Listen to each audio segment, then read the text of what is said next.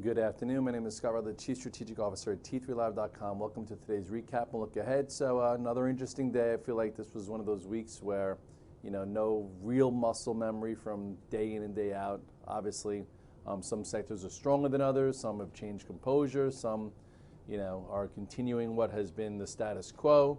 But not the easiest tape from day to day. But it's fine. That's our job, to figure out how to get involved, how to execute, how to limit losses, how to move, just keep moving forward and limit risk if things are not showing the continuity as usual. So for today, at lunchtime, it looked as if, boom, the market was going to really implode and close in the lows, and then you had that reflex move off the lows that if you pressed short, you probably ruined your average cost. And if you might have got out into the fear, you're like, oh my God, did I just get out at the low? And that happens as a trader. You have to get over it. Let's just get to the charts and figure out where we are now. Look here at the S&P. Today they definitely shook the tree. They made the trade a little bit more loose and wide. What do I mean by that?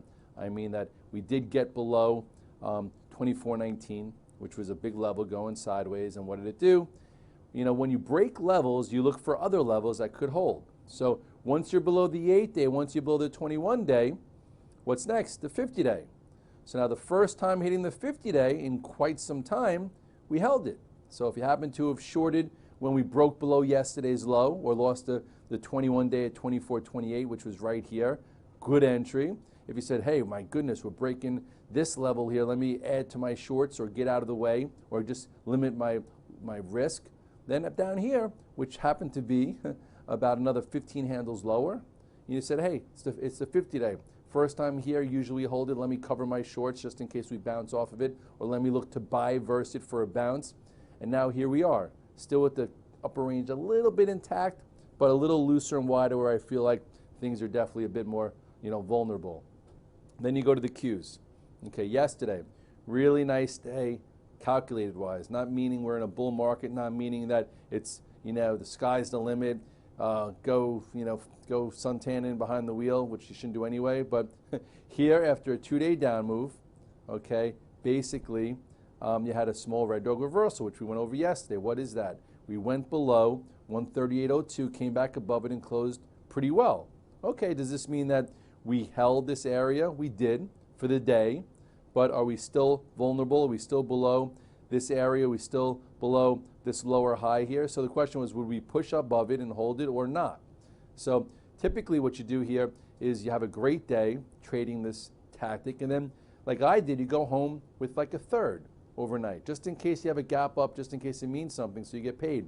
But by going home with a third, okay, if we gap down the way we did and you use stops, you lose a little bit of money, but you don't give back an entire day prior, so you could still net money. So PS today, we did break below this spot here. We broke below this area, and what did it do? Broke below, you had a flash low, so maybe people got short here, and then we came back up to keep everyone guessing a little bit. Okay, this still, in my humble opinion, is building this kind of head and shoulders top pattern, okay, which I listed before we had the real weakness today. This is your line in the sand where, if the bears want to keep control, they don't let this 140.14 area get reclaimed. Okay, now maybe tomorrow at the end of the quarter, maybe they want an inside day tomorrow. It doesn't mean we're back in a bullish tape. It just means that you could, actively day trade some levels, and we are back below the 50-day, which never is a really good sign. So here we are below the 50-day, below the 8 and the 21-day, a little vulnerable, and typically a pattern like this, okay, after a huge move, which we've had, you take a little bit more of a side look here, could get you, a measured move down towards this 132.50. Just because it didn't happen today doesn't mean that it can't happen. If I were a betting man, I would say that today's low of 136.25 is probably not the low of the summer. Okay, but am I out short tonight? No, because what could happen tomorrow? They could be up a little bit into the weekend, and then what could happen into July 4th, which is a shortened week with new flows, new quarterly flows, new monthly flows. Maybe they push them a little bit. So for me, I just don't think I need to be involved. I could probably actively trade, make a little bit of money tomorrow, hopefully, and then over the holiday, or just not do much. I like to have proper setups. I like when things are tight and they could break to the upside and you could hold it for multiple days, or if they're riding the 8 and 21 day, especially if I'm going to be long. But you know what? That's not the case right now, especially in tech. Tech's a two-sided trade where you can short some strength. You could press. You could have pressed today, but you had to take your trade at some point into the afternoon, and now figure out how to play the loose wide end of these ranges without much overnight risk. Even like the financials, which were strong today, okay, there was not much FOMO. Okay, what do I mean by FOMO? Meaning, you couldn't buy strength. Here was when it broke the descending channel. Here is where it held support above the 50-day, and then didn't fall apart today. But if you use my day count rule, typically you want to buy a day 1, add a day 2, maybe even add when it breaks above a level. But on day 4, you're usually reducing versus starting a fresh position, because typically if you started your first long up here, not down here or not over there, chances are if you're underwater, it makes it hard to hold, even if we wind up taking out this level at some point, moving forward. A lot of the banks look the same. Just real quickly, I'll give you one more. JP Morgan. If you didn't come in long today, it was very hard to make money, JP Morgan, and sometimes you don't take risk into binary events like I guess a test of the financial, whatever it was, the stress test. But overall, day 1, day 2, day 3, day 4, usually day 4 is a sell. Usually day 3 for me is a sell. Day 4 I'm usually crying if it's up higher, but that's what keeps me safe from chasing. So now we'll see what happens here. Does JP Morgan hold above this pivot, which is 90.31, build a new flag, absorb this recent move, because the 8 and the 21 day are all the way down here. Hard to buy anything that's so extended from there. And then we'll see over time if this high from early this year gets taken out, which would be healthy for the market. And I know I came in pretty bullish on the small caps. I was long overnight. But again, when you have the Dow down 200 points and tech a little wishy-washy, the small caps, I don't think anyone's in fear of missing an all-time high trade. But if things stabilize and things hold in there, it's probably one of the most set up type of, sectors that look like it's ready to go. And today was definitely tough. Here is that level.